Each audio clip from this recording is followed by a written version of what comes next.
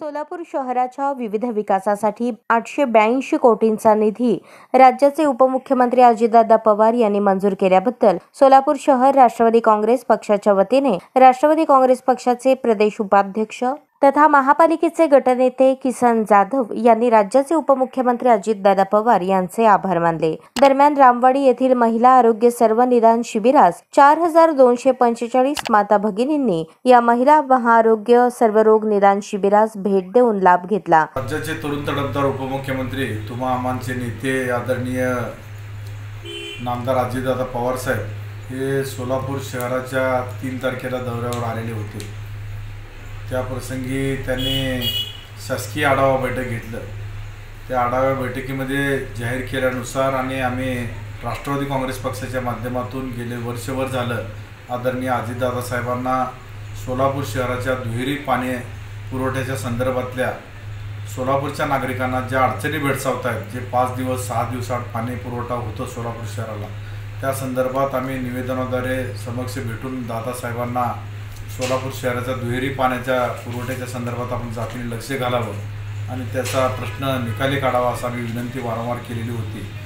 सोलापूर दौऱ्यावर आलेला असताना प्रशासनाच्या वतीने देखील आदरणीय अजितदादा साहेबांना सोलापूरच्या पाणी पुरवठ्याच्या अडचणी संदर्भात त्यांनी देखील प्रशासनाने देखील ही बाब निदर्शनास आणून दिली। तात्काळ दादांनी दुहेरी जलवाहिनीसाठी 76 कोटी रुपयाचा निधी त्या ठिकाणी वितरित करण्याचा निर्णय घेतला। त्याच पद्धतीने सोलापूर शहरातील उड्डाण पुलासाठी 60 कोटी रुपयाचा निधी आदरणीय अजितदादांनी मंजूर केला। हुतात्मा स्मृती मंदिरासाठी 3.36 कोटी रुपयाचा निधी आदरणीय अजितदादा साहेबांनी मंजूर केलेला आहे। त्याच पद्धतीनं उन्हाळ्याच्या दिवसामध्ये उजनी जो पाणी पुरवठा सोलापूर शहराला होतो त्या ठिकाणी दुबार आणि तिबार पद्धतीचं पंपिंग सेक्शन करावं लागतं, त्याच्यासाठी देखील 3.56 कोटी रुपयाचा निधी दादांनी वितरित केलेला आहे। त्याच पद्धतीनं सोलापूर शहरामध्ये नाले विकसित करण्यासंदर्भातला जो पहिला टप्पा आहे त्यासाठी देखील 99.75 कोटी रुपयाचा निधी आदरणीय अजितदादा साहेबांनी वितरित करण्याचा निर्णय घेतलेला आहे।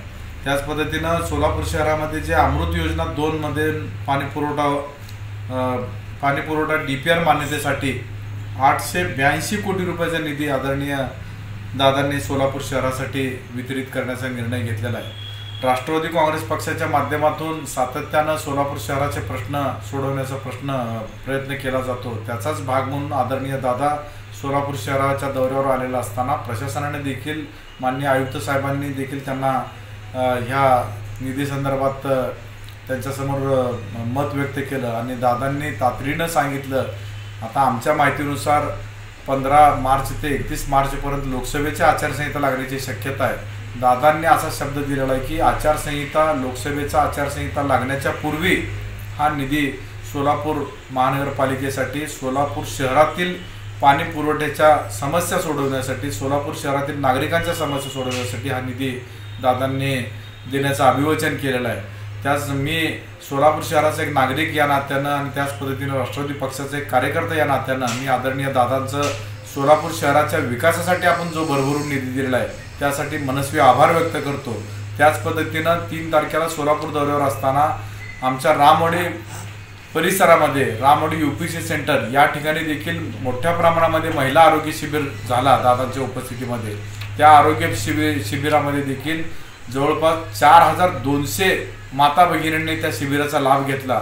त्या शिबिरामध्ये आदरणीय अजितदादांच्या शुभ हस्ते आणि प्रांताध्यक्ष खासदार सुनीलजी तटकरे साहेब, महिला प्रदेशाध्यक्षा रुपालीताई चाकणकर आणि सोलापूर शहर जिल्ह्यातील विविध मान्यवर मंडळींच्या उपस्थितीमध्ये तो कार्यक्रम साजरा झाला। त्या ठिकाणी सर्व सहभागी महिलांना आरोग्य किट आणि सहभागी सर्व महिलांना साडी वाटपचा कार्यक्रम देखील त्या ठिकाणी करण्यात आला।